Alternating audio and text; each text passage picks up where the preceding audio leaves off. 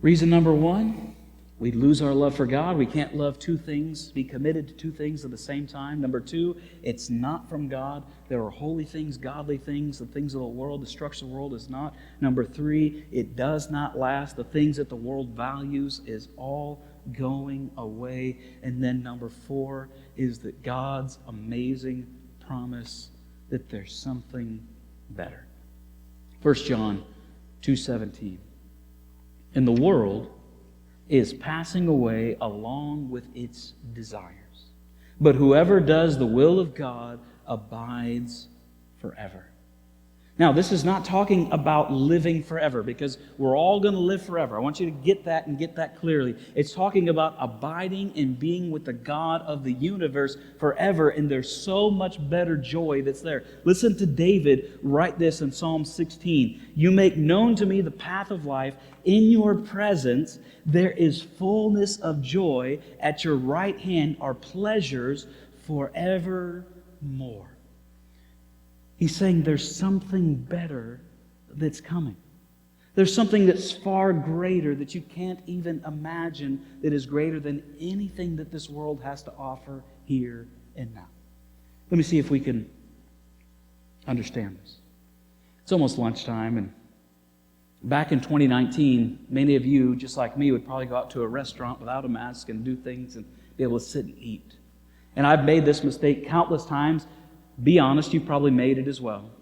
You go to a Mexican restaurant and they bring out a bowl of chips and salsa. It's awesome and it's great. You're sitting there, you're talking, you're visiting with your family, your friends, those are there, and you start by eating one chip, and you go, man, that's pretty good. That's some good chips and salsa.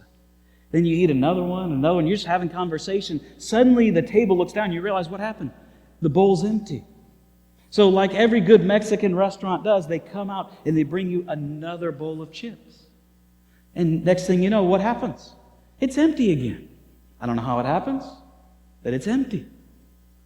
Maybe a third time it happens, depending how long it takes your restaurant to come and bring the food. But at some point they come and they bring out a sizzling plate of fajitas, and you hear the popping and you see it all, and there's chicken and beef and shrimp and the whole thing, and they lay it there in front of you, and the smell is incredible, and you're just like, oh my goodness, this is so good, and I'm full.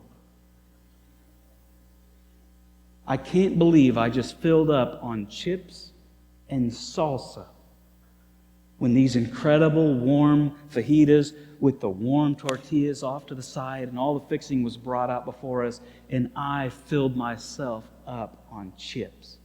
I'm an idiot. And then you know what happens? I do it again the next time.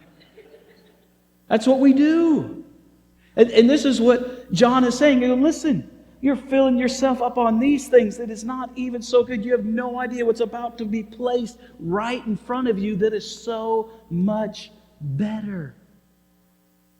And yet what does Satan do? What has always been his MO and his temptation? Trying to get you to satisfy that instant gratification with something that is lesser, that does not last or fulfill. Because here's the deal. When I fill up on a big bowl of chips, I don't feel like I've really eaten lunch. Then I don't. I feel like I just snacked a whole lot. But I didn't get anything that was really going to give me the substance, the protein that I need, the things that keep going. And so here's the truth that I want you to write down. Eternal satisfaction is greater than earthly satisfaction.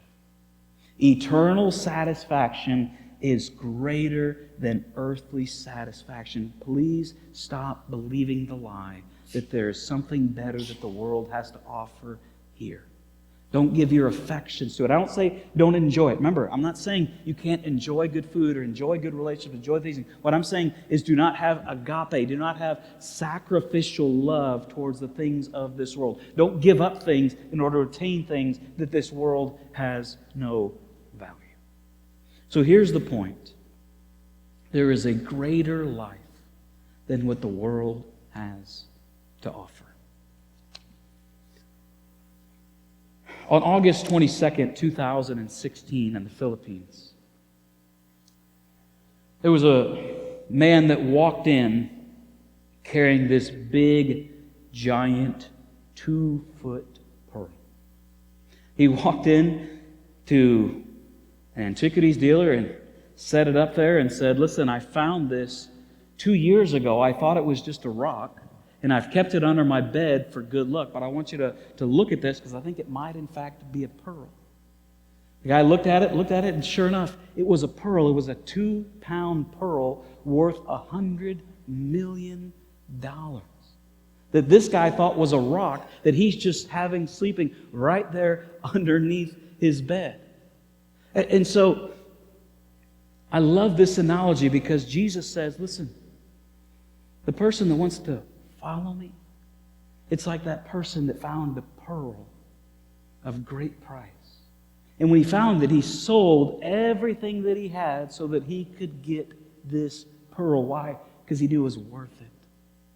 And my prayer for you and my prayer for myself is that any time Satan comes along and wants to tempt us with the things of the world, the desires of the flesh, the desires of the eyes, the pride of life, that you and I would be reminded that we have the pearl of great price. And we go, why would I give up this for that?